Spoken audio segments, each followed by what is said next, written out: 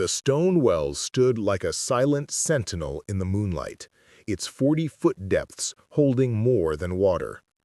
Captain Henri Dubois approached it with the confidence of a man who believed he owned everything his eyes could see, unaware that tonight the well would claim its most important victim. By dawn, the palm oil plantation that had made him rich would become his tomb, and a 20-year-old Kikuyu woman named Rosa Mwangi would disappear into the Belgian Congo's vast wilderness, leaving behind only ripples on dark water and a corpse that would never surface. Before we jump back in, tell us where you're tuning in from, and if this story touches you, make sure you're subscribed, because tomorrow I've saved something extra special for you. The humid air of 1923 Kindu District clung to everything like guilt, carrying the scent of palm oil and human suffering across the sprawling plantation that stretched along the Lualaba River's muddy banks. Steam rose from the processing quarters, where the day's harvest of blood-red palm fruits boiled in massive vats, while beyond the compound's walls, the endless rows of oil palms disappeared into Congo's green darkness. This was the height of Belgian colonial prosperity, built on the broken backs of forced laborers who harvested liquid gold from trees that grew 60 feet toward an indifferent sky. Rosa stood motionless beside the colonial mansion's kitchen window, her calloused hands gripping a wooden bucket as she watched Captain Dubois emerge from his evening meal onto the wide veranda. The grandfather clock in the parlor had just chimed 7 times, each note floating across the compound like a funeral dirge.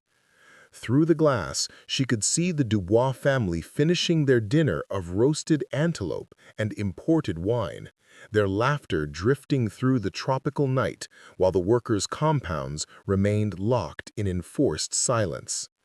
The irony was not lost on Rosa that the man who had stolen her freedom, her family, and her body would meet his end at the very water source that sustained his wealth. The Dubois plantation covered 2,500 acres of some of the richest palm growing land in the Belgian Congo, where the humid climate and fertile soil produced oil that filled the cargo holds of steamboats bound for Europe's soap factories and margarine producers.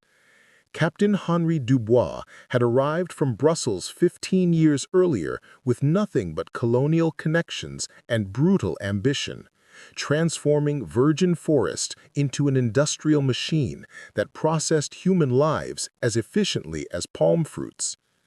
His wife Isabel managed the household with the cold precision of someone who viewed African lives as merely another form of livestock, while their 3 children had been raised to see Rosa and the other workers as invisible extensions of the machinery that funded their European educations. Rosa had arrived at this plantation 3 years earlier, part of a forced labor conscription that swept through Kenya's colonial territories like a plague. She was 17 when Belgian officials seized her from her family's small farm outside Nairobi, claiming tax debts that existed only in fabricated ledgers. The journey to Congo had taken 2 months of walking, chained to 40 other Kikuyu who had been torn from their ancestral lands and marched westward toward an uncertain fate. By the time they reached Kindu District, 10 had died from exhaustion, disease, or despair, their bodies left to rot beside jungle paths that had swallowed countless similar caravans. The separation from her family burned in Rosa's chest like a physical wound that never healed. Her mother, Wanjiku, had died during the forced march, collapsing on the 3rd week when dysentery and heartbreak finally overcame her will to survive.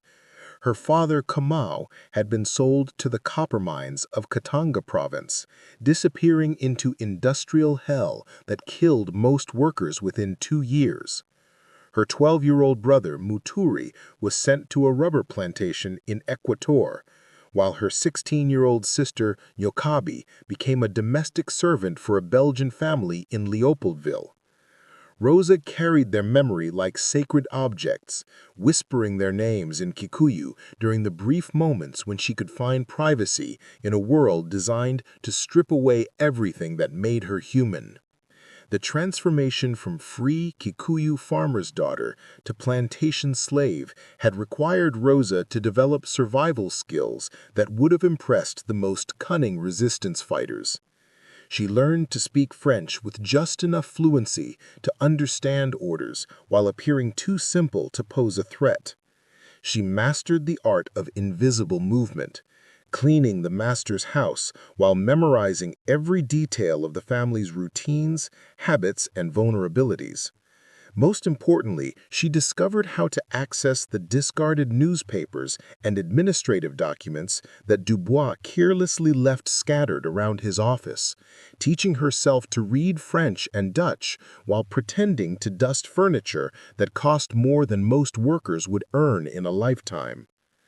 Captain Dubois approached the stone well with the measured steps of a man performing his nightly ritual, unaware that Rosa had been studying this routine for 3 months with the patience of a hunter tracking dangerous prey.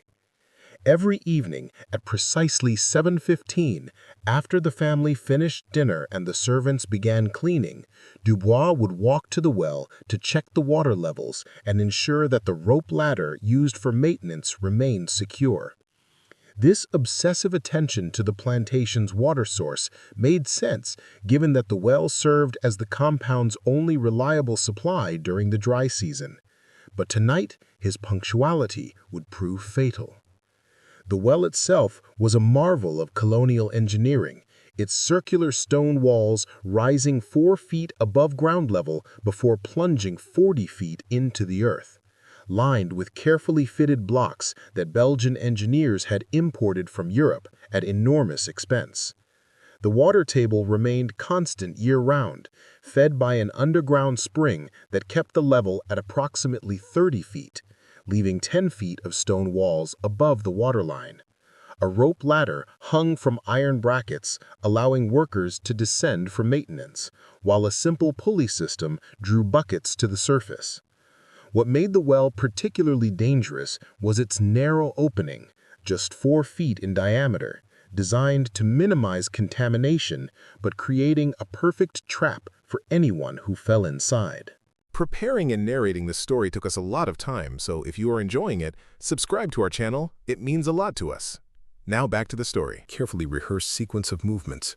The rope and stone she had hidden behind the processing quarters would provide the necessary weight to ensure that Dubois remained submerged long enough to drown in the very water that sustained his empire. The psychological preparation for murder had required Rosa to transform her natural compassion into something harder and more focused, drawing on traditional Kikuyu beliefs about justice and the responsibility of the living to avenge the dead. In her grandmother's stories, water spirits possessed the power to claim those who had violated the natural order, dragging the guilty beneath the surface to face judgment from ancestors whose voices rose from the depths like bubbles seeking the surface. Rosa understood that she was not simply committing murder, but serving as an instrument of cosmic justice, balancing scales that colonial law would never acknowledge. The sound of Dubois' boots on gravel announced his approach to the well, each step bringing him closer to an accounting that had been 3 years in the making. Rosa emerged from the shadows beside the kitchen, moving with the silent grace of someone who had learned to walk like smoke through a world that punished visibility. Her bare feet made no sound on the packed earth as she crossed the 20 yards between the house and the well, timing her approach to arrive just as Dubois began his inspection routine. The rope coiled around her waist felt heavy with possibility, while the stones in her apron pockets provided the weight needed to ensure that tonight's justice would be thorough and final. Dubois leaned over the well's edge exactly as Rosa had observed him do dozens of times before, his hands gripping the stone rim while he peered into the darkness below. The captain was a large man, over 6 feet tall and powerfully built from years of colonial living, but his size would work against him once Rosa initiated her attack. The narrow opening of the well meant that any struggle would be confined to a space barely wider than a man's shoulders, while the 40-foot drop ensured that even if Dubois survived the initial assault, the fall would likely prove fatal. Rosa struck with the precision of someone who had rehearsed every movement in her mind 1,000 times, looping the rope around Dubois' neck from behind while simultaneously driving her knee into his lower back. The captain's surprised grunt was muffled by the rope tightening against his throat, while Rosa's weight and leverage sent both of them tumbling forward toward the well's opening. The stones in her apron pockets provided additional momentum, ensuring that they would fall together into the water that waited 40 feet below like an open grave. The impact with the water came as a shock of cold and darkness, the underground spring maintaining a temperature that contrasted sharply with the tropical heat above ground. Rosa had prepared for this moment by practicing breath control during her evening duties, learning to hold air in her lungs while scrubbing floors or carrying water from Kenya's highland lakes. Dubois, caught completely by surprise, had no such preparation and immediately began struggling against the rope that connected them like a fatal umbilical cord. His larger size and greater strength might have been decisive in any other circumstance, but the narrow confines of the well and Rosa's strategic positioning turned his advantages into liabilities. The water in the well was deeper than Rosa had estimated, reaching nearly 40 feet from the surface and providing enough space for a prolonged struggle that tested both participants' endurance and will to survive. Dubois fought with the desperation of a man who had never imagined that his property might turn against him, his hands clawing at the rope while his legs kicked frantically against the stone walls. Rosa maintained her grip with the tenacity of someone who understood that failure meant not just her own death, but the continuation of a system that had already destroyed everything she loved. The stones Rosa had sewn into her clothing provided the crucial advantage in their underwater battle, dragging both combatants toward the bottom of the well, where Dubois' strength began to fail as his lungs burned for air. Rosa had trained herself to remain calm while underwater, drawing on meditation techniques her grandmother had taught her for diving to collect water plants in Kenya's highland lakes. This preparation allowed her to maintain focus while Dubois panicked, his struggles becoming increasingly frantic and ultimately counterproductive as he exhausted his oxygen reserves. The moment when Dubois finally stopped struggling arrived with an anticlimactic quietness that surprised Rosa with its gentleness. His body going limp in her arms as water filled his lungs and carried away the last breath of a man who controlled thousands of lives with casual cruelty. Rosa held him underwater for several additional minutes, ensuring that no possibility of revival remained, before allowing the stones to drag his corpse to the bottom of the well, where it would remain hidden beneath 30 feet of dark water. The body would decompose slowly in the cool, oxygen-poor environment, becoming part of the water source that had sustained the plantation's operations. Rosa's escape from the well required the kind of physical strength and determination that 3 years of forced labor had built into her muscles and bones, climbing the rope ladder with waterlogged clothing that threatened to drag her back into the depths with every upward movement. Her hands, cracked and scarred from palm oil processing, found purchase on the wet stone walls as she pulled herself toward the surface where stars waited like distant witnesses to justice finally served. The night air felt impossibly sweet in her lungs after the suffocating underwater struggle, while the silence of the compound suggested that the murder had gone unnoticed by the sleeping plantation. The aftermath of Dubois' death would require careful staging to create the impression of accidental drowning, a task that Rosa approached with the same methodical planning that had made the murder possible. She removed all evidence of her presence from the well area, coiling the rope and disposing of the stones in the nearby Lualaba River, where the current would carry them beyond recovery. Her wet clothing was changed for dry garments she had hidden in the processing quarters, while her original clothes were burned in the furnaces that operated throughout the night to maintain the palm oil production schedule. The discovery of Captain Dubois' absence would not occur until morning, when his failure to appear for breakfast triggered a search of the plantation grounds, providing Rosa with nearly 8 hours to prepare for the investigation that would inevitably follow. She used this time to establish an alibi by ensuring that multiple workers could testify to her presence in the processing quarters, where her duties required her to oversee the night shift operations. No one would be surprised to find her at the bundles, where her presence was often required to deal with mechanical issues or intervene in worker disputes. Compounds during the relevant time period, while also beginning the psychological preparation for the performance she would need to sustain when Belgian authorities arrived to investigate the death of one of their most productive colonial administrators. The palm oil plantation that Captain Henri Dubois had ruled with absolute authority would continue operating without interruption, its machinery of human exploitation requiring no single individual to function effectively. The Belgian colonial system had created institutions that transcended any particular administrator, ensuring that Dubois' death would result in his replacement rather than any fundamental change in the conditions that had driven Rosa to murder. This understanding filled her with a mixture of satisfaction and despair, knowing that she had achieved personal justice while recognizing that the larger system remained unchanged. Rosa spent the remaining hours before dawn sitting beside the well where Dubois' body now rested, listening to the night sounds of the Congo wilderness and preparing for the new chapter of her life that would begin when the sun rose over a plantation that no longer held her master among the living. She whispered prayers in Kikuyu to her dead family members, telling them that their deaths had been avenged and asking for their guidance in the trials that lay ahead. The water in the well remained still and dark, keeping its secrets like a loyal accomplice in the administration of justice that colonial law would never recognize or approve. The transformation from slave to killer had required Rosa to sacrifice portions of her humanity that she mourned even as she celebrated her successful revenge, understanding that violence leaves marks on both victim and perpetrator that time cannot completely erase. She had become something harder and more dangerous than the frightened girl who had arrived from Kenya 3 years earlier, forged by suffering into an instrument of retribution that colonial society had created through its own cruelty. Tomorrow would bring new challenges and dangers, but tonight belonged to the dead and the living who remembered their names. Part 2. The Discovery and Colonial Response. Dawn broke over the Dubois plantation with the mechanical precision of industrial routine, the 6 o'clock bell clanging across the compound to summon workers from their cramped quarters toward another day of palm oil extraction. Steam rose from the processing facilities where night shift laborers had maintained the boiling vats, while the humid air carried the familiar scent of rendered fruit and human sweat that defined life in this corner of Belgian Congo. The morning light revealed no trace of the previous night's violence. The stone well standing innocent and utilitarian beside the colonial mansion where the Dubois family would soon discover that their patriarch had vanished without explanation. Isabelle Dubois emerged from her bedroom at 7:30, expecting to find her husband already dressed and reviewing the day's production reports in his office overlooking the palm groves.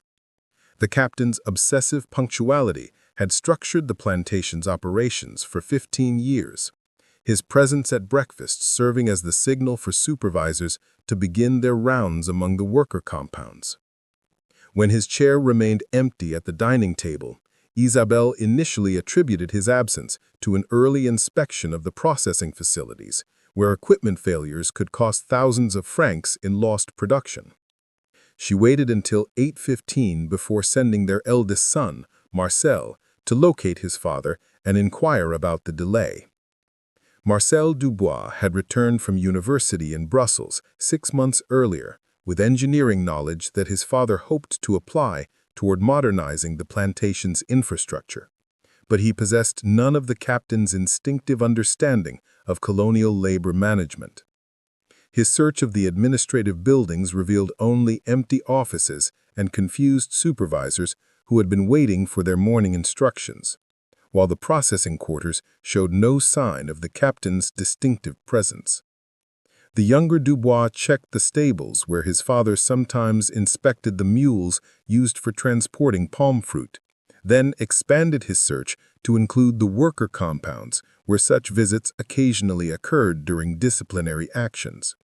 The stone well occupied a central position in the plantation's layout, serving not only as the primary water source, but as a symbolic reminder of European engineering superiority over African primitivism.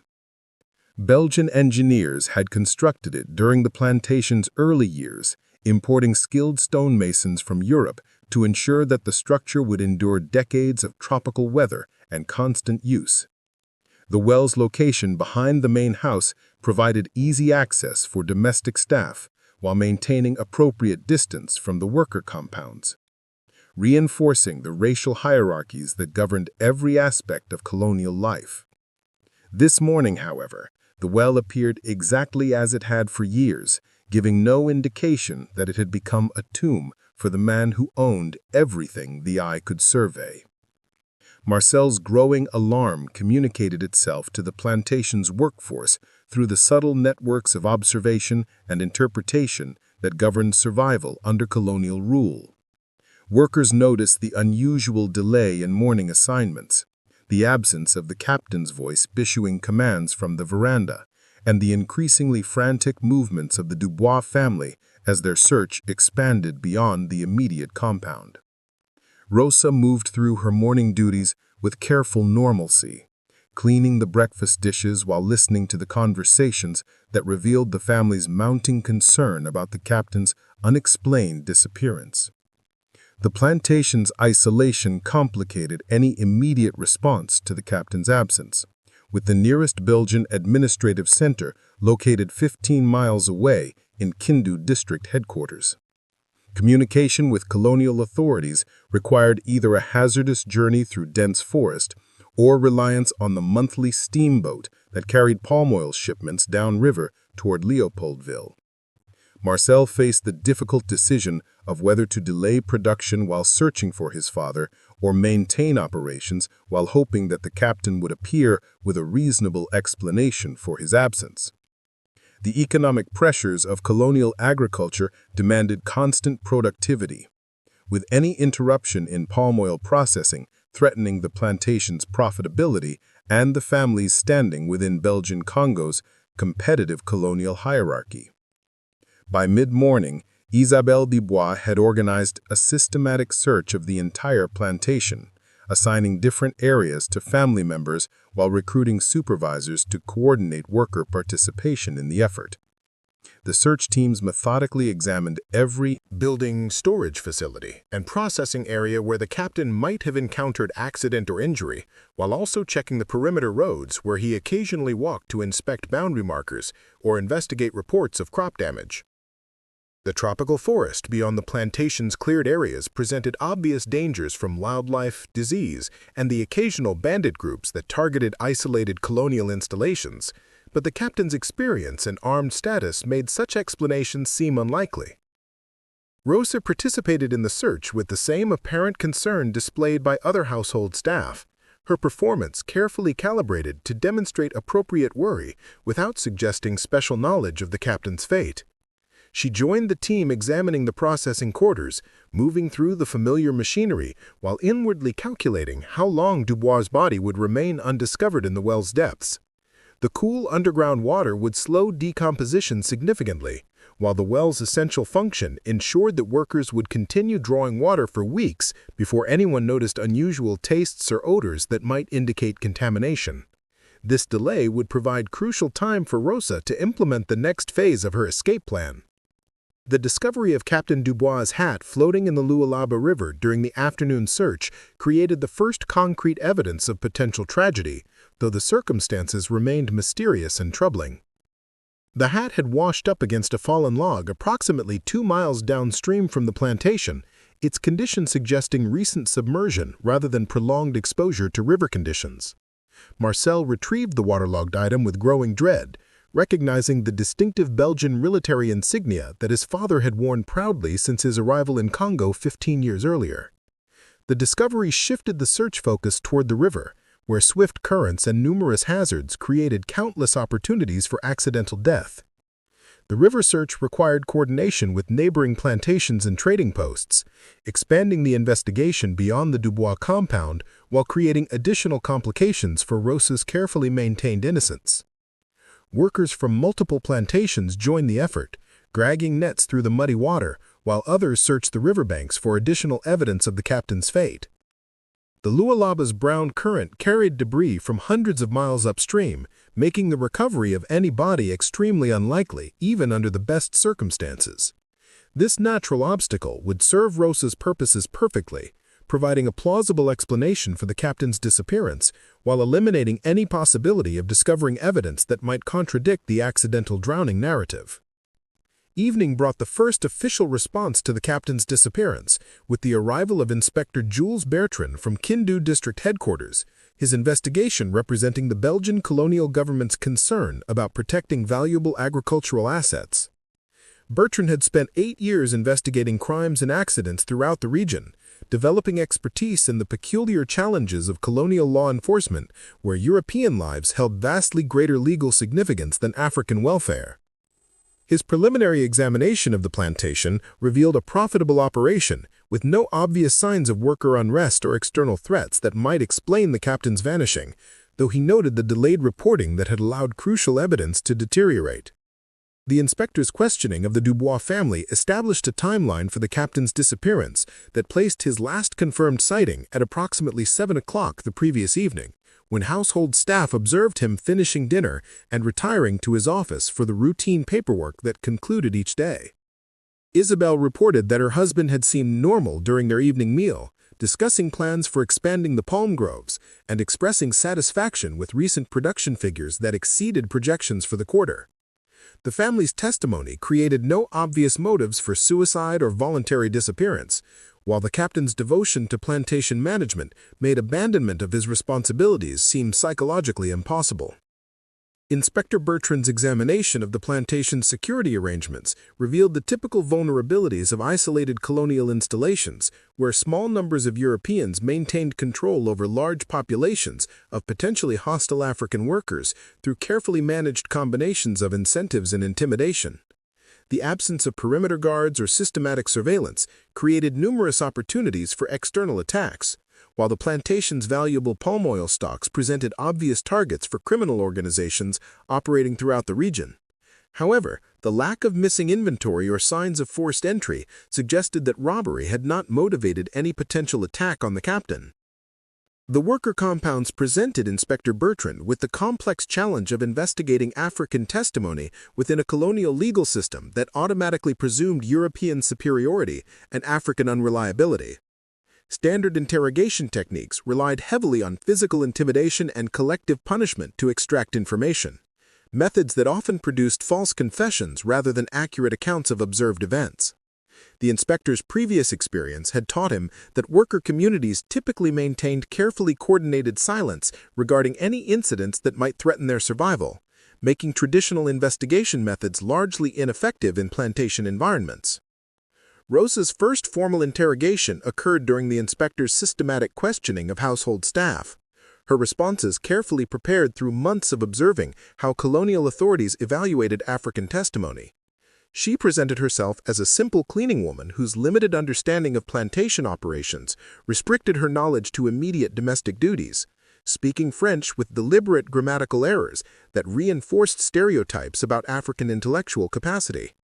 Her account of the previous evening emphasized routine activities like washing dishes and preparing the dining room for breakfast, with no mention of unusual sounds or observations that might suggest violence or struggle.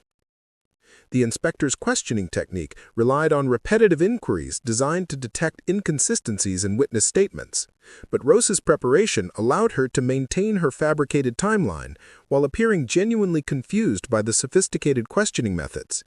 She expressed appropriate concern about the captain's welfare while demonstrating the kind of helpless dependency that colonial authorities expected from African workers when confronted with crises beyond their control. Comprehension. Her performance successfully reinforced Bertrand's preconceptions about African intellectual limitations while providing no useful information about the captain's actual fate. Part 3. The investigation deepens. Inspector Bertrand's investigation entered its second day with the arrival of additional resources from Leopoldville, including a tracker renowned for his ability to follow trails through Congo's challenging terrain, and a Belgian military detachment equipped to search the surrounding forests systematically. The colonial government's response reflected growing concern about security throughout the region, where reports of worker unrest and criminal activity had increased dramatically following the end of the Great War. The disappearance of a successful plantation owner threatened to undermine confidence in colonial authority, while raising questions about the adequacy of existing security measures protecting Belgian investments. The tracker, a grizzled Frenchman named Philippe who had spent 20 years hunting both animals and men throughout Central Africa, began his examination at the main house, where the captain had last been definitively observed. Moreau possessed the kind of wilderness expertise that came from decades of survival in environments where European technology provided limited advantages. His weathered hands reading signs in disturbed earth and broken vegetation that remained invisible to less experienced eyes. His initial survey of the compound revealed the expected traces of daily plantation life, but nothing suggesting violence or struggle that might explain the captain's mysterious vanishing. The stone well received particular attention from Moreau's examination, its position near the main house making it a logical stopping point for anyone moving through the compound during evening hours. The tracker noted minor disturbances in the earth around the well's base, though such marks could easily result from the constant traffic of workers drawing water for household and processing needs.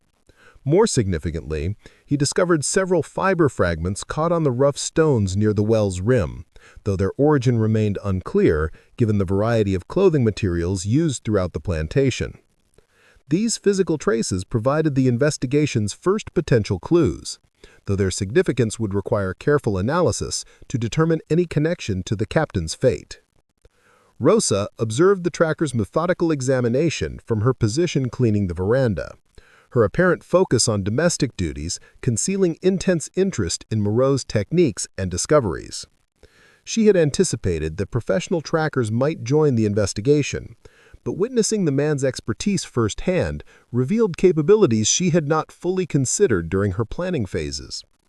The fiber evidence particularly concerned her, since her struggle with Dubois might have left traces of her clothing on the well's stone rim despite her careful cleanup efforts. However, the tracker's inability to draw immediate conclusions from his findings suggested that the evidence remained ambiguous enough to avoid immediate exposure. The military search of the surrounding forest required coordination between Belgian soldiers and African guides familiar with local terrain and potential hazards, an arrangement that highlighted the complex dependencies underlying colonial authority in remote regions. The soldiers possessed superior weapons and equipment, but their unfamiliarity with tropical conditions made them vulnerable to countless dangers ranging from venomous snakes to disease-carrying insects that could disable European forces within hours. The African guides understood these hazards intimately, but their loyalty to colonial interests remained questionable given the systematic exploitation that characterized Belgian rule throughout the region. Captain Laurent Rousseau commanded the military detachment with the rigid professionalism that characterized colonial officers throughout the Belgian Congo, his 20-year career including numerous campaigns against resistance movements and criminal organizations that threatened European interests. Rousseau approached the investigation as a military problem, requiring systematic application of force and intimidation to extract information from potentially hostile African populations.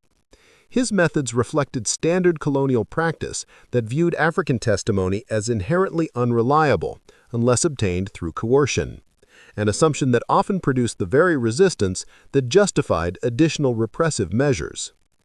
The forest search revealed evidence of recent human activity along several trails leading away from the plantation, though determining whether these traces connected to the captain's disappearance proved impossible given the constant movement of workers, traders, and travelers through the region. Moreau identified footprints that might belong to European boots, but the tracks disappeared in rocky areas where even expert trackers could not maintain pursuit.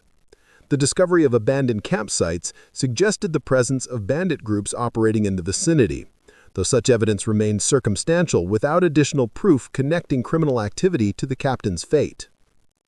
Inspector Bertrand's expanded interrogation of plantation workers revealed the typical patterns of evasion and misdirection that characterized African responses to colonial investigations, strategies developed through generations of survival under oppressive conditions where cooperation with authorities often proved more dangerous than resistance.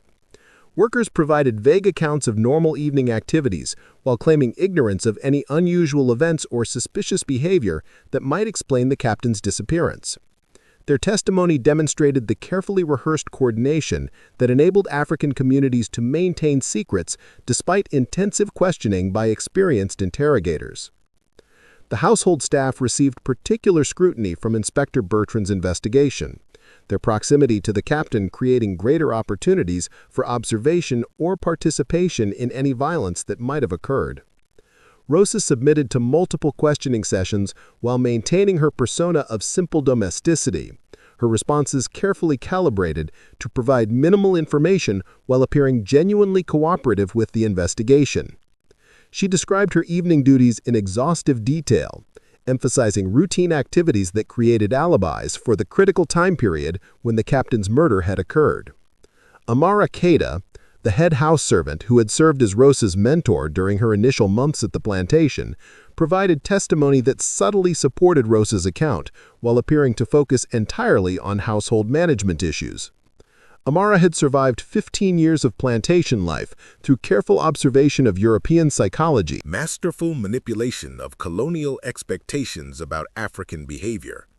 Her testimony demonstrated the sophisticated understanding of investigative techniques that experienced household staff developed through years of exposure to European administrative methods, knowledge that enabled effective resistance despite the apparent cooperation. The inspector's frustration with the lack of concrete evidence began manifesting in increasingly aggressive interrogation techniques designed to break down African resistance through systematic intimidation and threats of collective punishment. Bertrand had used such methods successfully in previous investigations, but the coordinated silence of the plantation's workforce suggested a level of organization that might require more extreme measures to penetrate. His consideration of torture and mass detention reflected standard colonial practice when conventional investigation methods failed to produce satisfactory results, though such escalation carried risks of triggering broader resistance movements throughout the region. Dr. Francois Morel arrived at the plantation during the investigation's third day. His medical expertise sought to evaluate any physical evidence that might indicate the circumstances of the captain's disappearance. Morel had spent 12 years practicing medicine throughout the Belgian Congo, treating everything from tropical diseases to injuries resulting from industrial accidents and violent conflicts between European colonists and African workers. His clinical experience provided valuable perspective on the kinds of trauma that might result from various scenarios being considered by the investigation, though the absence of a body severely limited his ability to contribute definitive conclusions. The doctor's examination of the plantation's medical facilities revealed the typical inadequacy of healthcare provision for African workers, whose treatment received minimal attention compared to the extensive medical supplies maintained for European staff.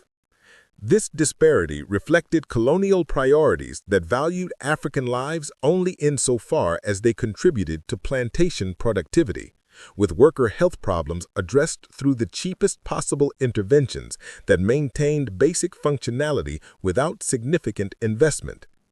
Dr. Morel's notes documented these conditions as potential factors in worker resentment that might motivate violence against plantation management, though such observations remain speculative without concrete evidence. The well water received chemical analysis from Dr. Morel's portable testing equipment, standard procedure for investigating potential poisoning cases that had occurred occasionally throughout the region when African workers gained access to industrial chemicals or traditional toxins. The tests revealed normal mineral content consistent with underground springs throughout the area, with no indication of contamination that might suggest deliberate poisoning or accidental chemical exposure. However, the doctor noted that certain organic toxins might not register on available field equipment, requiring more sophisticated laboratory analysis that would need to be conducted in Leopoldville or Belgium. Father Michel Laurent's arrival at the plantation introduced religious considerations into the investigation. His role as local missionary provided unique insights into African spiritual practices that might influence community behavior during crisis situations. Laurent had spent 10 years attempting to convert local populations to Christianity, while studying traditional beliefs that often proved more resilient than colonial authorities preferred to acknowledge. His understanding of African religious systems enabled him to recognize potential ritual or spiritual motivations that secular investigators might overlook, though his interpretations remained colored by European prejudices about African primitivism. The missionaries' conversations with plantation workers revealed subtle references to traditional concepts of justice and supernatural intervention that suggested possible spiritual dimensions to the captain's disappearance.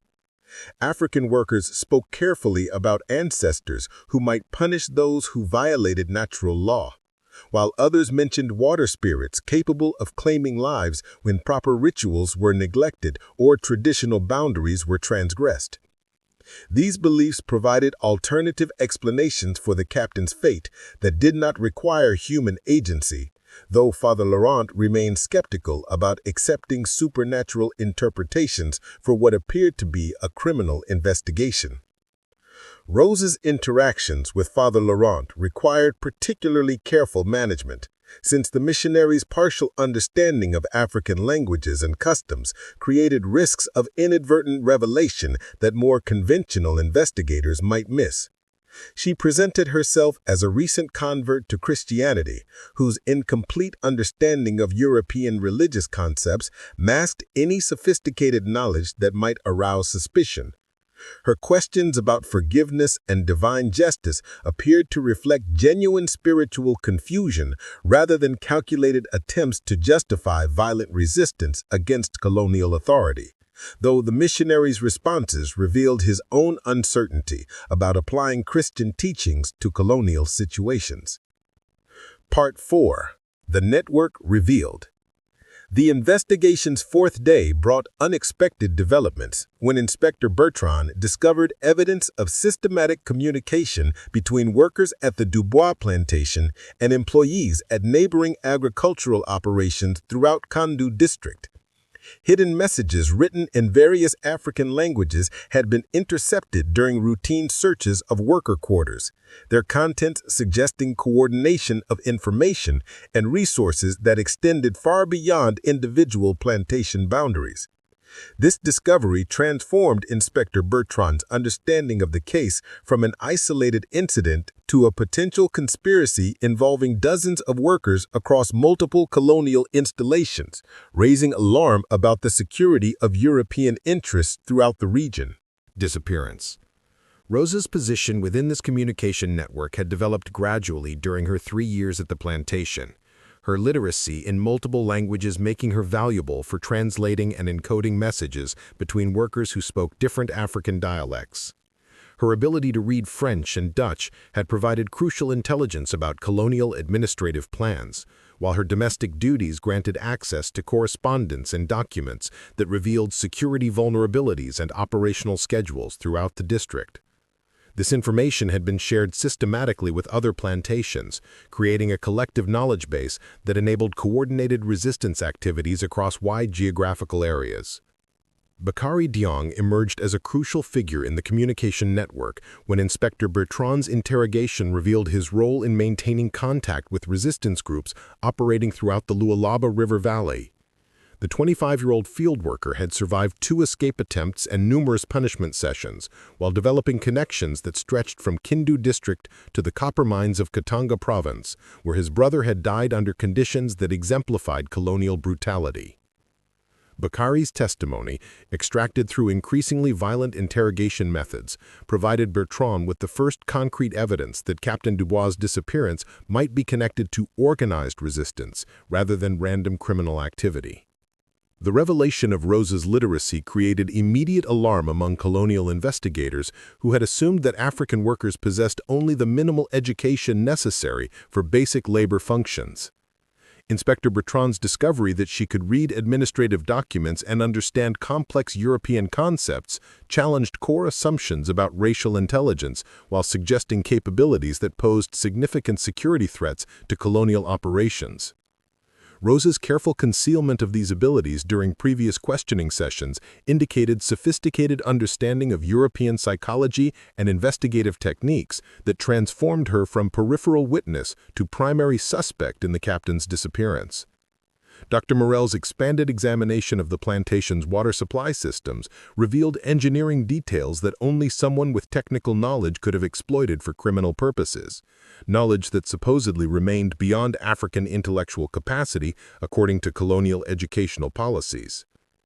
The well's construction included structural features that would require understanding of hydraulics and engineering principles to manipulate effectively, capabilities that challenged European beliefs about African mental limitations. This technical analysis suggested that Captain Dubois' death might have resulted from sabotage requiring education and planning that contradicted stereotypes about African primitivism and intellectual dependency. The discovery of Rosa's hidden journal during an intensive search of worker quarters provided Inspector Bertrand with documentary evidence of systematic planning and sophisticated analysis that demolished remaining assumptions about her intellectual limitations. Written in a complex mixture of Kikuyu, Swahili, and French, the journal detailed observations about plantation security, European behavioral patterns, and potential vulnerabilities that demonstrated strategic thinking and analytical capabilities that colonial authorities had never suspected. The journal's contents revealed months of preparation for actions that extended far beyond simple escape attempts, suggesting organized resistance activities that threatened the fundamental assumptions underlying Belgian colonial control.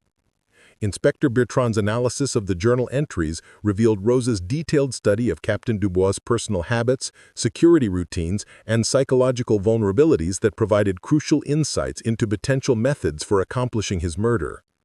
The documents demonstrated systematic surveillance and strategic planning that contradicted European assumptions about African intellectual capacity, while revealing sophisticated understanding of colonial psychology and administrative procedures.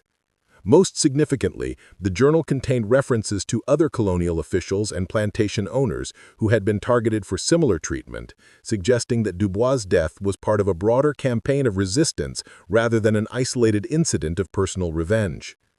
The network's communication methods included traditional African drumming patterns modified to carry complex information across distances that exceeded European technological capabilities, demonstrating cultural sophistication that colonial authorities had consistently underestimated or ignored.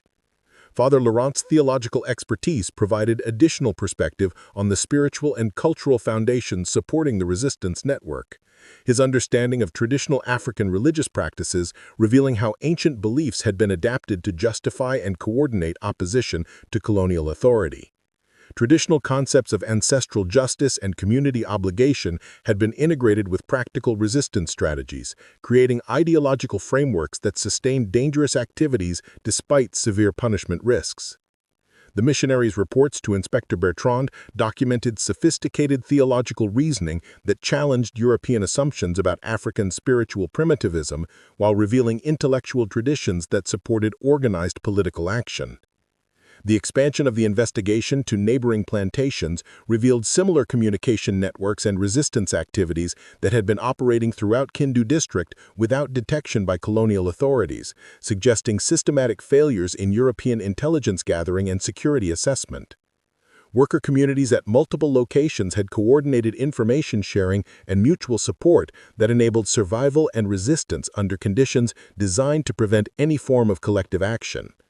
These discoveries forced colonial administrators to acknowledge that their understanding of African political organization had been fundamentally flawed, with implications that extended throughout the Belgian Congo system.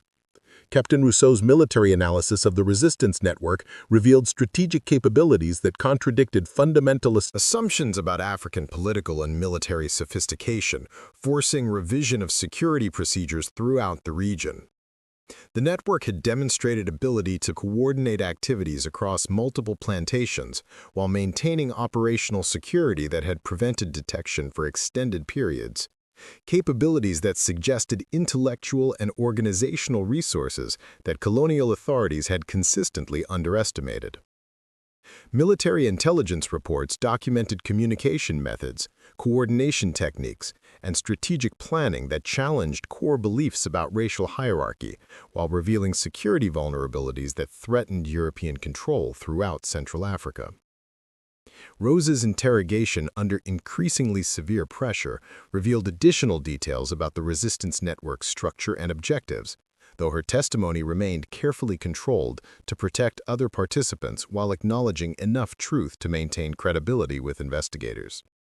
She admitted to organizing literacy education among plantation workers, while claiming that such activities focused on religious instruction rather than political organization, an explanation that satisfied neither Inspector Bertrand nor Father Laurent, but provided some justification for her documented capabilities. Her strategic revelation of selected information demonstrated continued strategic thinking even under extreme duress, indicating psychological preparation that suggested extensive training in resistance techniques. The investigation's expansion revealed connections between the Kindu District resistance network and similar organizations operating throughout the Belgian Congo, suggesting systematic opposition to colonial authority that exceeded anything previously documented by European intelligence services.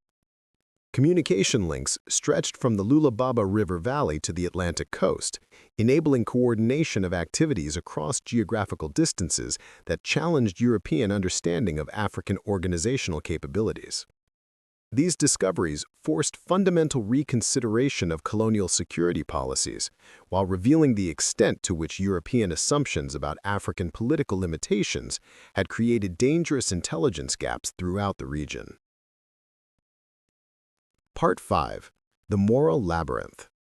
The investigation entered its most complex phase when Inspector Bertrand confronted the uncomfortable reality that Rosa's actions, while clearly criminal under colonial law, emerged from circumstances that challenged the moral foundations of Belgian authority in Central Africa.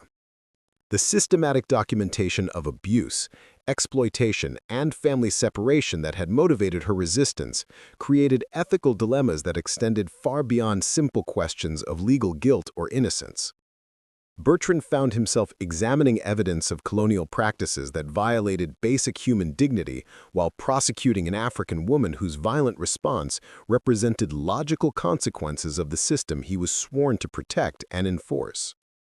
Dr. Morel's medical examination of plantation workers revealed patterns of injury, malnutrition, and psychological trauma that documented systematic abuse extending throughout the colonial labor system.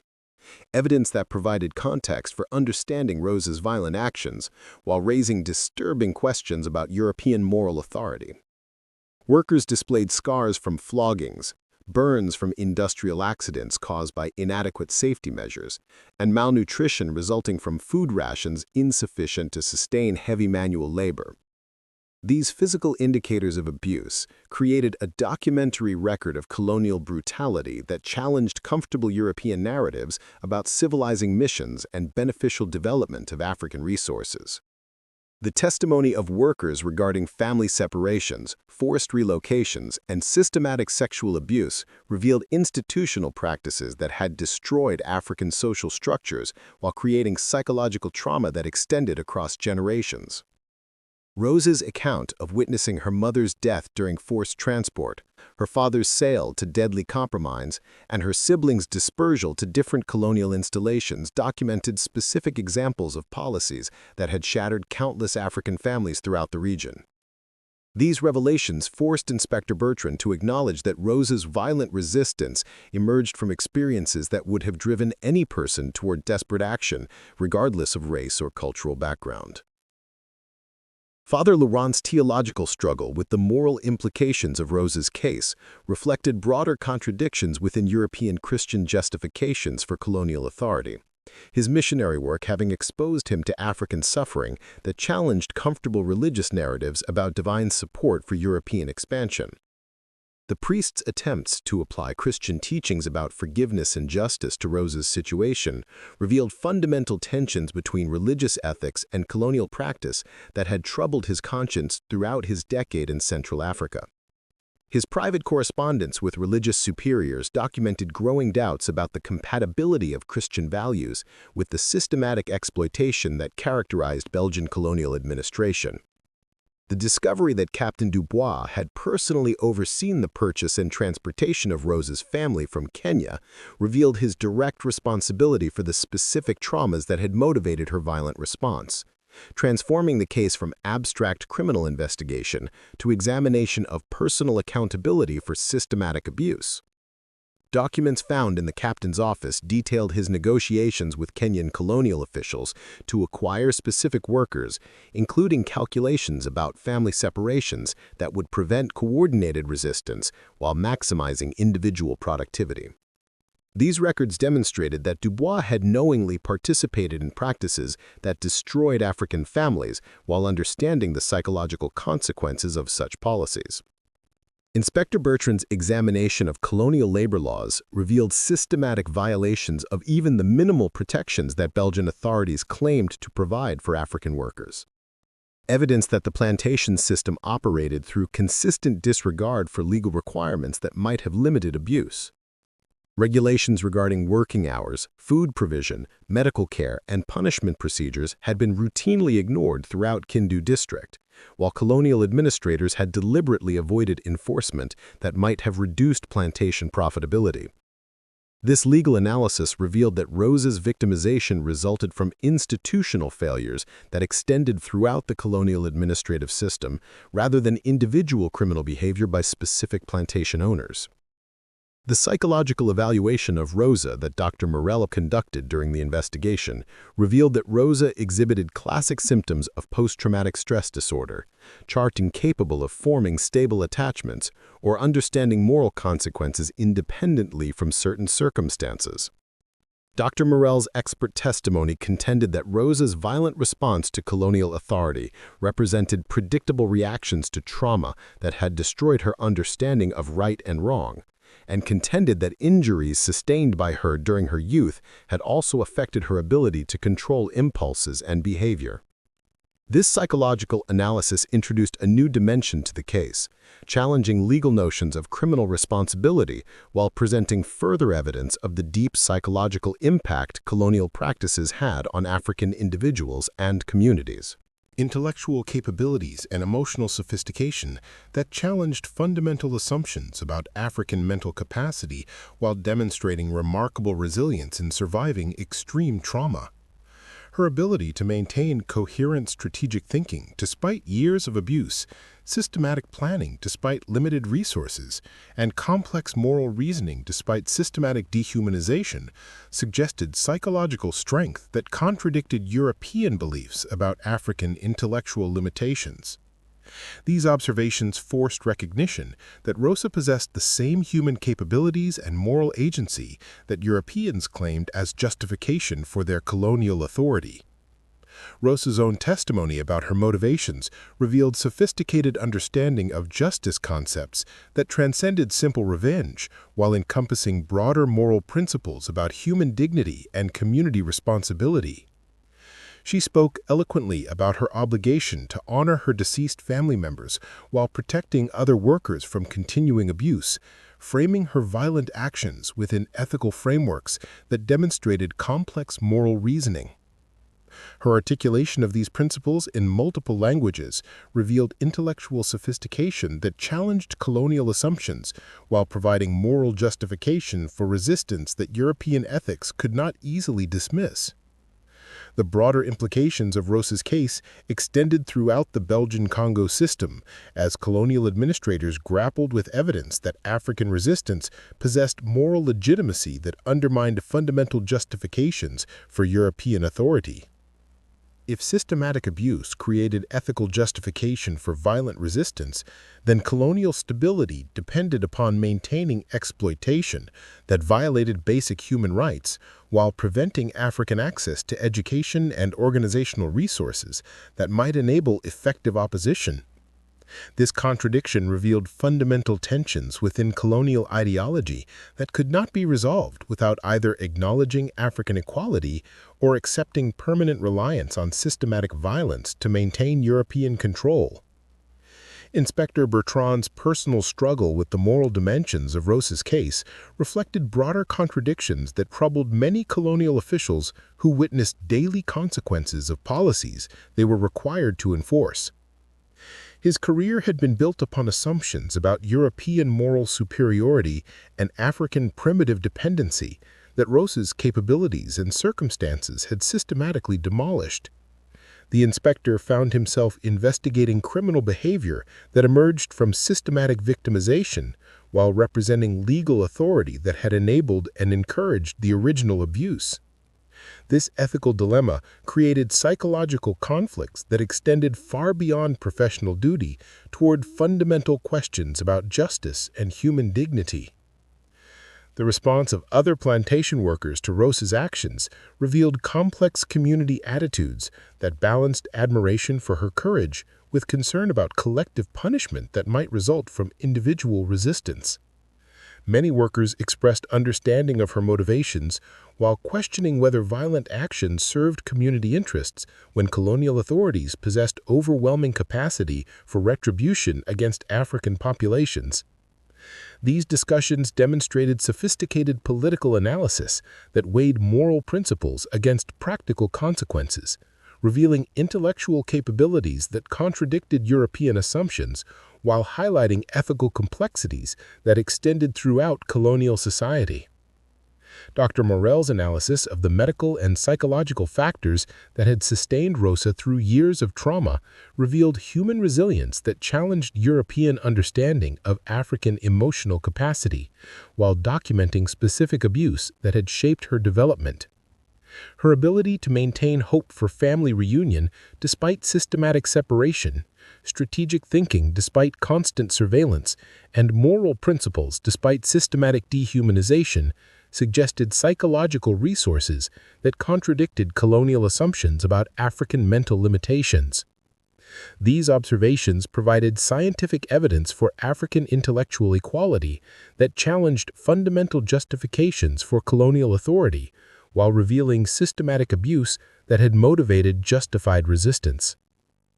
Father Laurent's religious perspective on Rosa's case forced examination of Christian teachings about justice, forgiveness, and moral responsibility that revealed contradictions between religious ethics and colonial practice throughout the Belgian Congo system.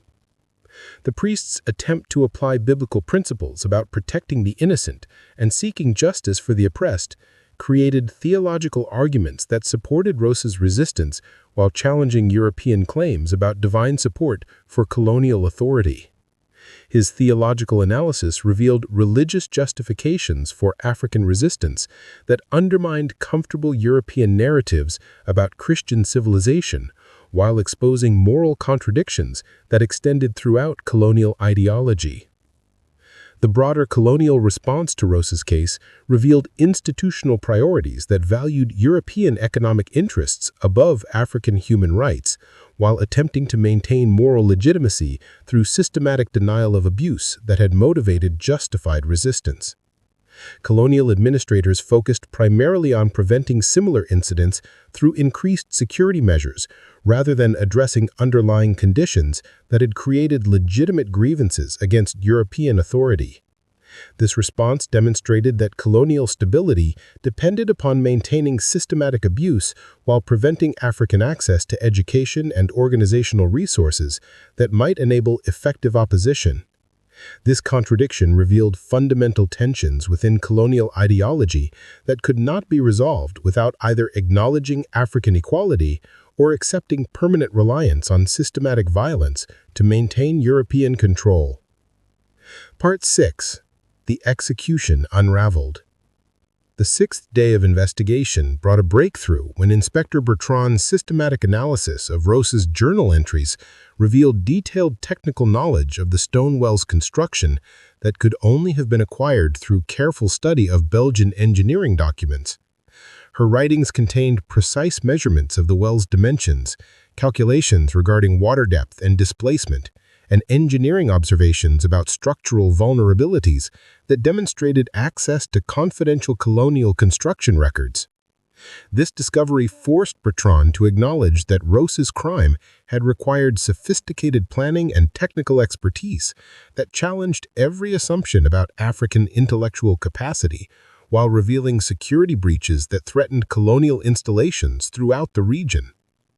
Rosa's journal contained detailed observations about Captain Dubois' evening routines that demonstrated months of systematic Surveillance, her entries documenting precise timing, behavioral patterns, and psychological vulnerabilities that enabled the successful execution of her carefully planned murder.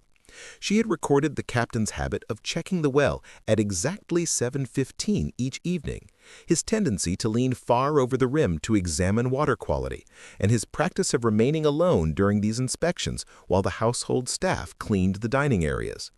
These behavioral studies revealed strategic thinking and patience that contradicted colonial assumptions about African impulsiveness, while demonstrating intellectual capabilities that enabled effective resistance planning. The technical aspects of Rosa's drowning method revealed sophisticated understanding of physics and human anatomy that challenged European beliefs about African educational limitations, while demonstrating practical knowledge that enabled lethal effectiveness.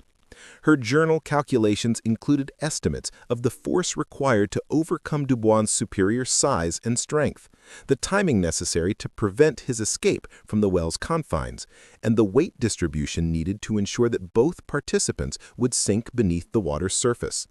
These mathematical and scientific considerations demonstrated analytical capabilities that colonial education policies had systematically underestimated by African populations, while revealing intellectual resources that enabled effective resistance against overwhelming odds. Dr. Morell's forensic analysis of the murder method revealed biological expertise that Rosa could not have acquired through normal plantation activities, suggesting either formal education that violated colonial restrictions or traditional knowledge systems that European authorities had consistently underestimated. The positioning required to execute her attack demonstrated understanding of human leverage points, respiratory systems, and underwater survival techniques that indicated either systematic training or remarkable intuitive intelligence. This analysis forced recognition that African intellectual capabilities had been systematically underestimated by colonial administrators who had designed policies based on racist assumptions about mental limitations. Inspector Bertrand's reconstruction of the murder sequence revealed Rosa's remarkable ability to maintain strategic thinking under extreme physical and psychological pressure. Her actions during the underwater struggle demonstrated rational decision-making that enabled survival while ensuring her victim's death. Witnesses had observed her apparent normalcy during the hours following the murder, her behavior showing none of the psychological disruption that European criminology associated with violent crime. This emotional control suggested either psychopathic tendencies that challenged assumptions about African emotional primitiveness or sophisticated psychological preparation that indicated access to training methods unknown to colonial authorities. The discovery of Rosa's practice sessions in isolated areas of the plantation revealed systematic preparation that had extended over months. Her training regimen included underwater breathing exercises, physical conditioning, and rehearsal of attack sequences that demonstrated military-level planning capabilities. Worker testimony revealed that she had been observed practicing rope work and weight distribution techniques under the guise of routine maintenance activities. Her preparations conducted with operational security that prevented detection despite constant surveillance. These revelations forced acknowledgement that African resistance possessed organizational sophistication that colonial intelligence services had failed to detect or appreciate. Rosa's ability to maintain her cover identity throughout the investigation demonstrated psychological sophistication that challenged European understanding of African emotional and intellectual capacity, her performance revealing acting abilities and strategic thinking that enabled successful deception of experienced interrogators. She had consistently presented herself as a simple domestic worker, while concealing literacy, technical knowledge, and organizational connections that represented exactly the capabilities that colonial authorities most feared among African populations. This sustained deception required intellectual resources and emotional control that contradicted fundamental assumptions about racial hierarchy, while revealing security vulnerabilities that threatened colonial stability throughout Central Africa. The investigation's revelation of Rosa's multilingual capabilities forced recognition that African intellectual resources had been systematically underestimated by colonial administrators who had designed control policies based on false assumptions about mental limitations. Her fluency in Kikuyu, Swahili, French, and Dutch enabled communication across ethnic and linguistic boundaries that facilitated resistance coordination, while providing access to European administrative information that should have remained secure. These linguistic capabilities demonstrated educational achievements that violated colonial restrictions, while revealing intellectual equality that undermined fundamental justifications for European authority. Inspector Bertrand's analysis of the timing elements in Rosa's crime revealed sophisticated understanding of colonial administrative procedures and security protocols that enabled her to exploit specific vulnerabilities in plantation operations. Her selection of the evening inspection period demonstrated knowledge of staff schedules, family routines, and security arrangements that could only have been acquired through systematic intelligence gathering over extended periods. This operational awareness suggested access to information networks that challenged European assumptions about African organizational capabilities, while revealing security failures that threatened colonial installations throughout Central Africa. The psychological profile that Dr. Morel developed of Rosa during intensive interrogation revealed intellectual capabilities and emotional sophistication that demolished colonial stereotypes while demonstrating remarkable resilience in surviving systematic trauma. Her ability to maintain coherent strategic thinking despite years of abuse, complex moral reasoning despite systematic dehumanization, and sophisticated planning despite limited resources suggested psychological resources that equaled or exceeded those of her European captors. These observations forced recognition that racial hierarchy theories lacked scientific foundation, while revealing human capabilities that justified resistance against systematic oppression. Rosa's detailed knowledge of colonial administrative procedures revealed access to information that should have remained secure from African workers. Her understanding of legal processes, investigation techniques, and bureaucratic operations suggesting either systematic intelligence gathering or insider assistance from European sources. Her journal contained references to specific colonial officials, their personal habits and professional vulnerabilities, and administrative procedures that enabled prediction of official responses to resistance activities. This intelligence represented serious security breaches that threatened colonial authority while demonstrating African organizational capabilities that exceeded European understanding. The technical expertise required for Rosa's successful execution of the drowning method forced Inspector Bertrand to acknowledge that African resistance possessed capabilities that colonial authorities had consistently underestimated, while revealing systematic failures in European intelligence assessment throughout the region. Her ability to overcome Dubois' physical advantages through strategic planning and technical preparation demonstrated intellectual resources that challenged fundamental assumptions about racial superiority. These revelations suggested that colonial stability depended upon maintaining systematic denial of African capabilities rather than actual European superiority in intelligence or organizational ability. Part 7. The Community Response. The revelation of Rosa's capabilities and network connections sent shockwaves through the plantation's African community, the responses revealing complex attitudes that balanced admiration for her courage with fear about collective punishment that colonial authorities traditionally imposed following acts of resistance. Workers who had participated in the intelligence network that supported Rosa's planning faced agonizing decisions about whether to maintain solidarity despite escalating interrogation pressure or provide information that might reduce their own punishment while betraying community trust. These internal conflicts demonstrated sophisticated political analysis that weighed moral principles against survival necessities, revealing intellectual capabilities that contradicted European assumptions while highlighting ethical complexities that extended throughout colonial society. Amara Keita's position as head house servant placed her under particular scrutiny from Inspector Bertrand's investigation, her 15 years of plantation experience having provided extensive knowledge of European behavioral patterns while creating opportunities to assist Rosa's intelligence-gathering activities. The inspector's interrogation revealed that Amara had systematically observed and documented colonial administrative procedures, family dynamics, and security vulnerabilities that enabled effective resistance planning while maintaining her cover as a loyal domestic worker. Her testimony demonstrated the sophisticated understanding of European psychology that experienced household staff developed through years of intimate exposure to colonial family life, knowledge that enabled manipulation of European expectations while providing crucial support for resistance activities.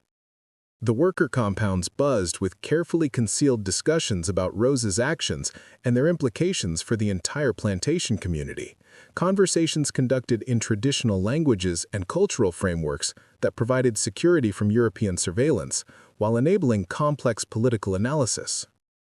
These discussions revealed sophisticated understanding of colonial psychology and administrative procedures that enabled accurate prediction of official responses while providing strategic guidance for community survival during the investigation period. The intellectual sophistication of these political analyses challenged European assumptions about African mental capacity while demonstrating organizational resources that enabled collective resistance despite systematic oppression. Bakari Ndong's role in maintaining communication links with resistance networks throughout Kindu District placed him at the center of community discussions about appropriate responses to Rosa's exposure and capture. His testimony under interrogation revealed the extent to which African workers had developed systematic intelligence gathering and information sharing capabilities that enabled coordinated resistance activities across multiple colonial installations. These revelations forced colonial administrators to acknowledge that African political organization possessed sophistication that had enabled effective opposition while remaining largely invisible to European surveillance efforts. The traditional spiritual frameworks that many workers used to understand Rosa's actions provided alternative interpretations that challenged European legal and moral categories while revealing African intellectual traditions that supported resistance against colonial authority. Discussions conducted in traditional religious contexts framed Rosa's violence as ancestral justice rather than criminal behavior, her actions representing fulfillment of community obligations rather than individual revenge. These spiritual interpretations demonstrated sophisticated theological reasoning that integrated traditional beliefs with contemporary political realities, revealing intellectual traditions that provided alternative frameworks for understanding justice and moral obligation. The broader implications of Rosa's demonstrated capabilities extended throughout the colonial system as administrators grappled with evidence that African intellectual equality undermined fundamental justifications for European authority while revealing systematic vulnerabilities that threatened colonial stability. If Africans possessed equal intelligence and organizational abilities, then colonial control depended entirely upon maintaining systematic violence and educational restrictions rather than natural European superiority. This recognition created profound challenges for colonial ideology while revealing moral contradictions that could not be resolved without either acknowledging African equality or accepting permanent reliance on oppressive violence to maintain European dominance. Varied reactions reflecting historical conflicts and alliances that predated colonial intervention while influencing contemporary resistance strategies. Workers from Rosa's Kikuyu background expressed strong solidarity with her actions, while others questioned whether violent resistance served broader community interests given the inevitable retribution that colonial authorities would impose. These ethnic considerations demonstrated sophisticated political analysis that weighed cultural loyalties against practical consequences while revealing intellectual capabilities that enabled complex strategic thinking. Dr. Morell's interviews with plantation workers revealed widespread psychological trauma resulting from systematic abuse that provided context for understanding community responses to Rosa's violent resistance. Their statements documenting experiences that challenged comfortable European narratives about colonial benevolence. Workers described systematic family separations, sexual assault, physical violence, and economic exploitation that created psychological conditions favoring radical resistance despite severe punishment risks. These testimonies provided scientific documentation of colonial abuse while revealing human responses that justified violent resistance according to any reasonable moral standard. The investigation's impact on plantation productivity revealed the extent to which colonial agricultural operations depended upon maintaining African psychological submission rather than actual loyalty or cooperation. The disruption of normal work routines demonstrating how fear and surveillance had replaced genuine motivation throughout the labor system. Workers reduced their productivity while increasing resistance to supervision, their behavior revealing that colonial stability depended upon maintaining systematic intimidation rather than creating genuine acceptance of European authority. This economic disruption forced recognition that plantation profitability required constant application of violence and surveillance rather than efficient organization or technological superiority. Father Lorent's attempts to provide religious counsel to plantation workers revealed the extent to which traditional African spiritual systems had adapted to resist European Christian conversion while maintaining cultural frameworks that supported political resistance. Workers expressed sophisticated theological concepts that integrated traditional beliefs with selective Christian elements while rejecting European interpretations that supported colonial authority. These religious discussions demonstrated intellectual sophistication that challenged missionary assumptions while revealing spiritual resources that provided alternative frameworks for understanding justice and moral obligation in colonial contexts. The formation of support networks within the worker community to protect families and individuals who might face retaliation revealed organizational capabilities that enabled collective resistance despite systematic efforts to prevent African political coordination. These networks developed communication methods, resource sharing arrangements, and security procedures that enabled mutual protection while maintaining operational security against European surveillance efforts. The sophistication of these organizational structures challenged colonial assumptions about African political capacity while demonstrating intellectual resources that enabled effective resistance coordination. Inspector Bertrand's efforts to exploit ethnic and cultural divisions within the plantation workforce revealed the extent to which African communities had developed unity despite historical differences. Their responses to interrogation pressure demonstrated collective solidarity that transcended traditional boundaries. Workers from different ethnic backgrounds maintained coordinated silence regarding Rosa's network connections, while providing mutual support that prevented the kind of community breakdown that colonial authorities had used successfully in previous investigations. This unity demonstrated political sophistication that enabled effective resistance while revealing intellectual capabilities that challenged European assumptions about African social organization. The community's response to Rosa's case revealed complex attitudes toward individual sacrifice for collective benefit, their discussions balancing admiration for her courage with concern about consequences that extended throughout the plantation workforce. Workers expressed understanding that Rosa's actions represented community interests rather than personal revenge, while acknowledging that her exposure threatened everyone who had supported her resistance activities. These political analyses demonstrated sophisticated understanding of collective action principles, while revealing intellectual capabilities that enabled complex strategic thinking about resistance strategies and community survival. The broader implications of community responses to Rosa's case extended throughout Kindu District, as workers at other plantations discussed appropriate strategies for supporting resistance activities while minimizing exposure to collective punishment. Communication networks carried detailed information about investigation techniques and interrogation methods that enabled other communities to prepare for similar challenges while maintaining operational security against European surveillance efforts.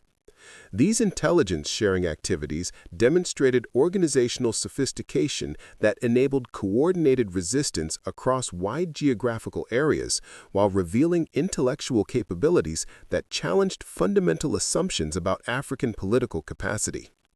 The economic impact of community resistance activities forced colonial administrators to acknowledge that plantation profitability depended upon maintaining African psychological submission rather than creating efficient production systems. The reduction in productivity revealed how systematic intimidation had replaced genuine motivation throughout the labor system. Workers demonstrated their ability to disrupt colonial operations through coordinated resistance while maintaining plausible deniability that prevented massive retaliation. This economic leverage revealed African organizational capabilities that threatened colonial stability, while demonstrating intellectual resources that enabled effective political action despite systematic oppression. Part 8. The hunt intensifies. The discovery of Rosa's sophisticated capabilities transformed Inspector Bertrand's investigation from routine criminal inquiry to urgent security operation designed to prevent similar resistance activities from spreading throughout the Belgian Congo system. Colonial authorities recognized that Rosa's demonstrated intelligence and organizational skills represented exactly the kind of African leadership that threatened European colonial authority. European control, her case revealing systematic failures in surveillance and intelligence gathering that had enabled dangerous resistance capabilities to develop undetected. The inspectors' expanded investigation required coordination with military forces and colonial administrators throughout Central Africa. Their response revealing the extent to which European authority depended upon maintaining systematic denial of African intellectual equality. Captain Rousseau's military analysis of Rosa's escape preparations revealed strategic planning capabilities that challenged fundamental assumptions about African military potential, while demonstrating access to intelligence and resources that threatened colonial security throughout the region. Her detailed knowledge of district geography, transportation routes, and administrative procedures suggested either extensive reconnaissance activities or assistance from sources within the colonial system. This intelligence represented serious security breaches that could enable coordinated resistance activities across multiple provinces, while revealing African organizational capabilities that exceeded European estimates of indigenous political potential. The expansion of the manhunt to neighboring territories required collaboration between Belgian colonial authorities and administrators in British and French colonies, their cooperation revealing shared concerns about African resistance capabilities that transcended national boundaries, while demonstrating coordinated European efforts to maintain racial hierarchy throughout Central Africa. Intelligence sharing between colonial systems provided evidence that similar resistance networks operated across political boundaries, their activities suggesting continental coordination that challenged European assumptions about African political organization. These discoveries forced recognition that African resistance possessed strategic depth and organizational sophistication that threatened colonial stability throughout the region. Philippe Moreau's tracking expertise became crucial as the investigation expanded beyond plantation boundaries into Congo's vast wilderness areas, where traditional European advantages in technology and organization provided limited benefits against experienced African guides familiar with local terrain and survival techniques. The tracker's analysis of escape routes revealed that Rosa possessed extensive knowledge of forest paths, river systems, and supply caches that enabled sustained movement through hostile territory. This geographical expertise suggested either extensive preparation over months or assistance from traditional networks that predated colonial intervention, while maintaining resistance capabilities that European authorities had failed to detect or appreciate. Dr. Morel's psychological profile of Rosa provided insights into the intellectual and emotional resources that enabled her successful resistance, while revealing capabilities that challenged colonial assumptions about African mental capacity and psychological stability. His analysis suggested that Rosa possessed exceptional intelligence, combined with remarkable emotional control, that enables strategic thinking under extreme pressure, while maintaining operational security despite intensive interrogation. These psychological capabilities demonstrated intellectual equality that undermined fundamental justifications for colonial authority, while revealing human resources that enabled effective resistance against overwhelming technological and organizational advantages. The involvement of professional slave hunters in Rosa's pursuit brought additional expertise in tracking African fugitives, while revealing the extent to which colonial security depended upon maintaining systematic violence against populations seeking freedom from European control. These specialists possessed experience in following escapees through difficult terrain, while understanding African cultural practices and survival techniques that enabled prediction of likely escape routes and hiding places. Their participation in Rosa's hunt demonstrated colonial commitment to preventing successful resistance, while revealing the systematic violence that maintained European authority throughout Central Africa. Inspector Bertrand's coordination with neighboring plantation investigations revealed that Rosa's case was part of broader resistance activities that had been developing throughout Kindu District without detection by colonial intelligence services. Their discoveries forcing acknowledgement of systematic failures in European surveillance and security assessment.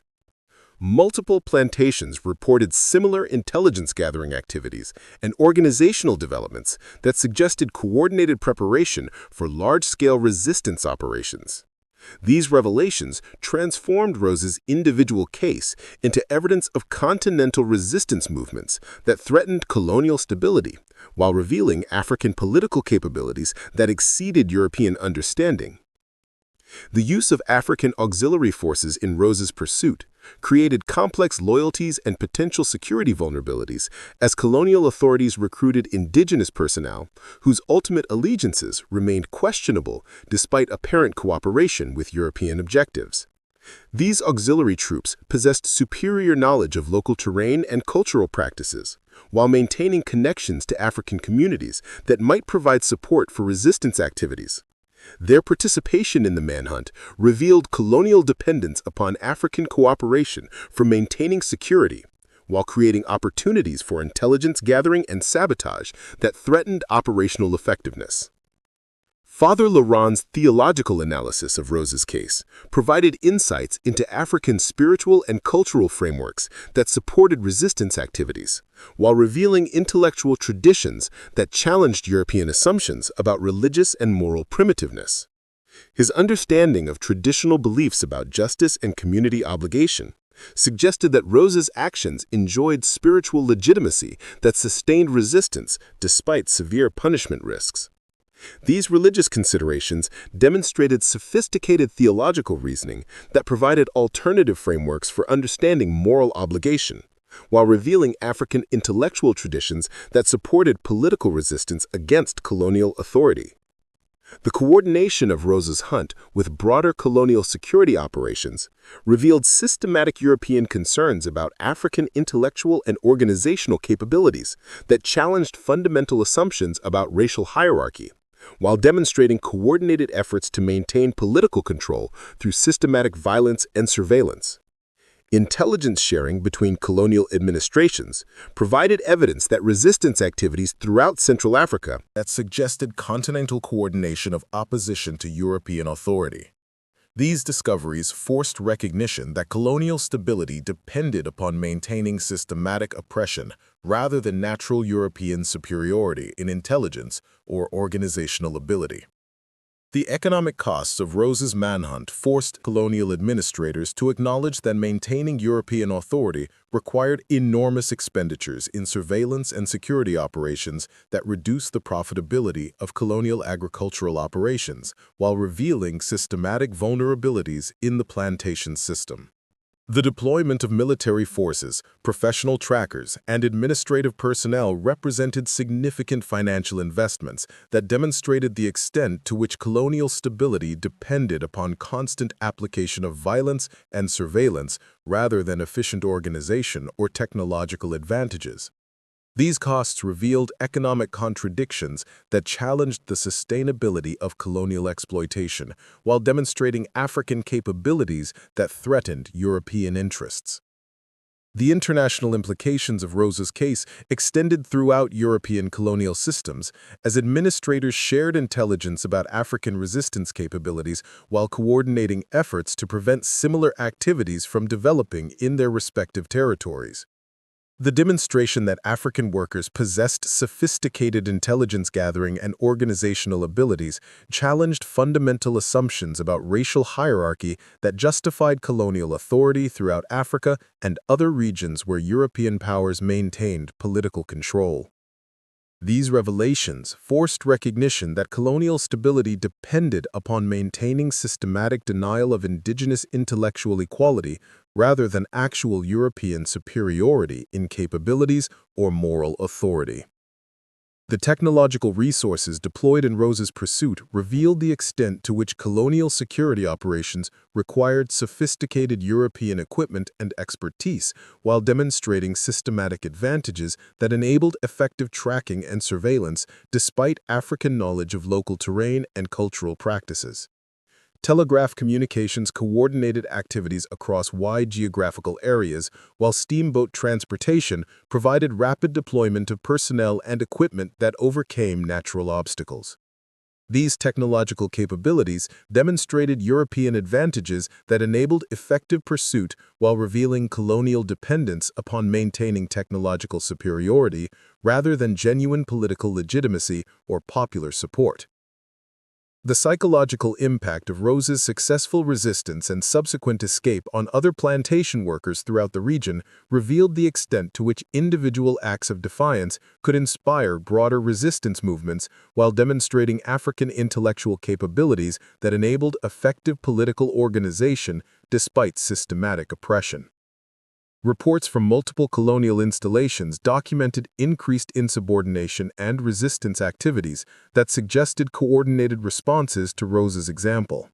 These developments forced recognition that African political consciousness possessed sophisticated understanding of collective action principles while revealing intellectual resources that enabled coordinated resistance despite systematic efforts to prevent African political organization.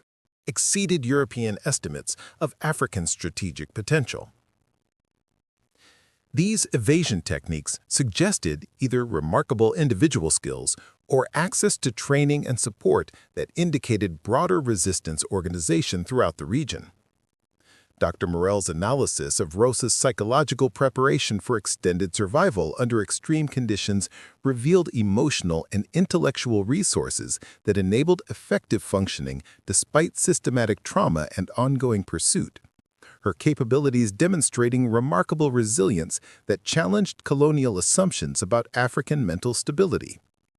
His assessment suggested that Rosa possessed exceptional psychological strength combined with strategic intelligence that enabled rational decision-making under pressure while maintaining focus on long-term objectives despite immediate dangers.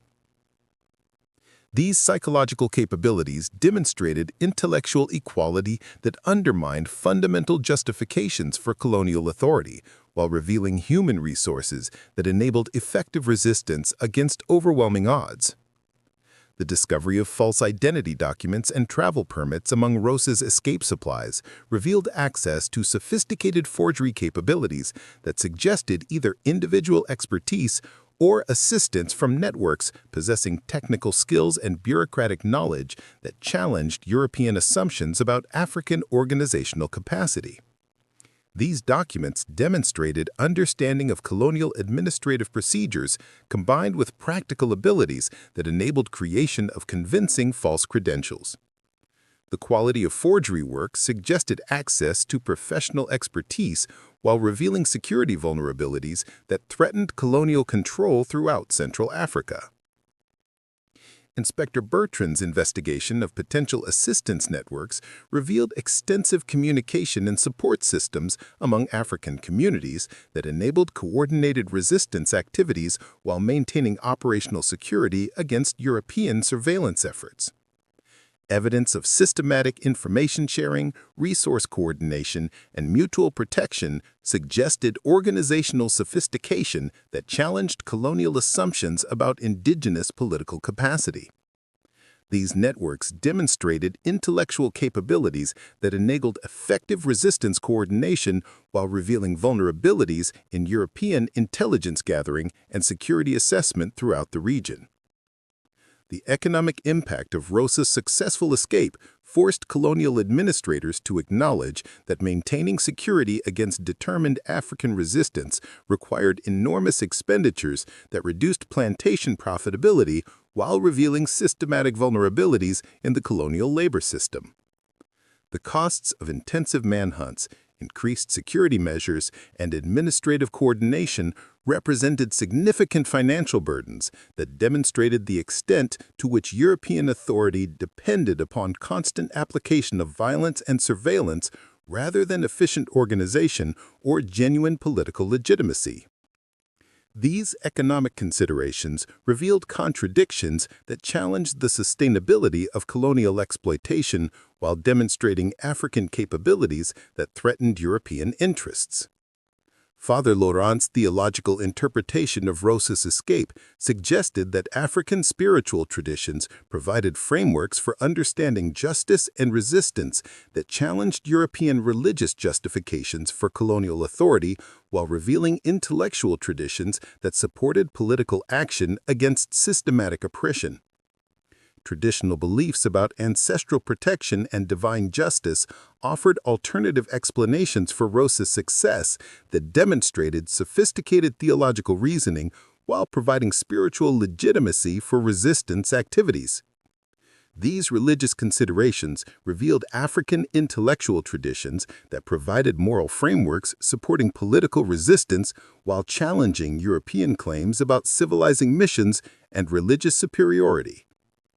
The international implications of Rosa's successful escape extended throughout European colonial systems as administrators shared intelligence about African resistance capabilities while acknowledging systematic failures in surveillance and security assessment that threatened colonial stability across multiple territories.